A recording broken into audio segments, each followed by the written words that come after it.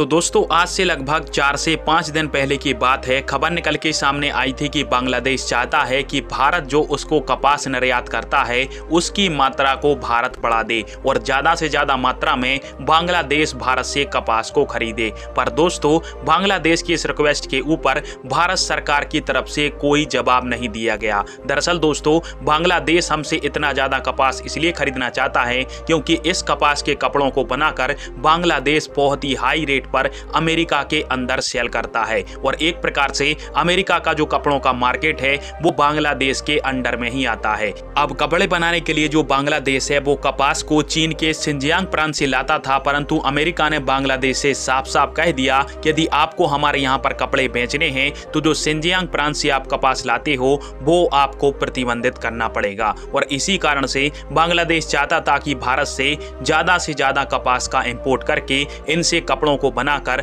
America के अंदर cell कर दिया जाए। पर हमारे यहाँ पर दिक्कत क्या हुई कि इस साल मौसम की मार की वजह से कपास की जो खेती है वो काफी कम हुई, साथ में उत्पादन ही प्रभावित हुआ, जिससे भारत के अंदर ही कपास की किल्लत पड़ गई। अब भारत के यहाँ पर दो रास्ते थे, या तो हम बांग्लादेश को कपास दे देते या फिर इस कपास से हम अपनी जरूरतों को पूरा करते, परंतु यह जो कपास था वो भारत की जरूरतों को भी पूरा करने के लिए काफी नहीं था। इसलिए भारत सरकार की तरफ से विदेशों से कपास को इंपोर्ट करने के लिए भारत के कपास के व्यापारियों को खुली छूट दे दी गई। साथ में भारत ने जो आयात के ऊपर टैक्स लगाया था उस पर भी भारत के व्यापारियों को खुली छूट भारत सरकार ने दे दी, जिससे भारत के व्यापारियों ने अमेरिका, ब्राजील और इजिप्ट से भारी भरकम मात्रा में कपास को खरीद लिया। और आज खबर निकल के सामने आई है, जो कि आप स्क्रीन पर स्क्रीनशॉट के रूप में देख सकते हो, कि भारत ने जो टैक्स फ्री इंपोर्ट कराया था कपास का उसकी जो डेट है उसको 31 अक्टूबर 2022 तक बढ़ा दिया है। यानी भारत के व्यापारी अब फ्री टैक्स के अंतर्गत कपास को ज्यादा से ज्यादा मात्रा में